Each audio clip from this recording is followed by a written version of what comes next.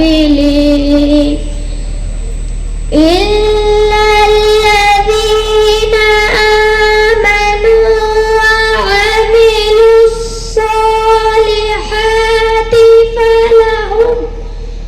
وعملوا الصالحات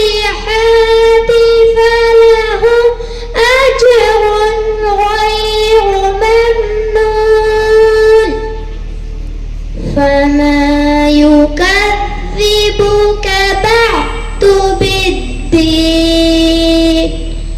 أليس الله بأحكم الحاكمين صدق الله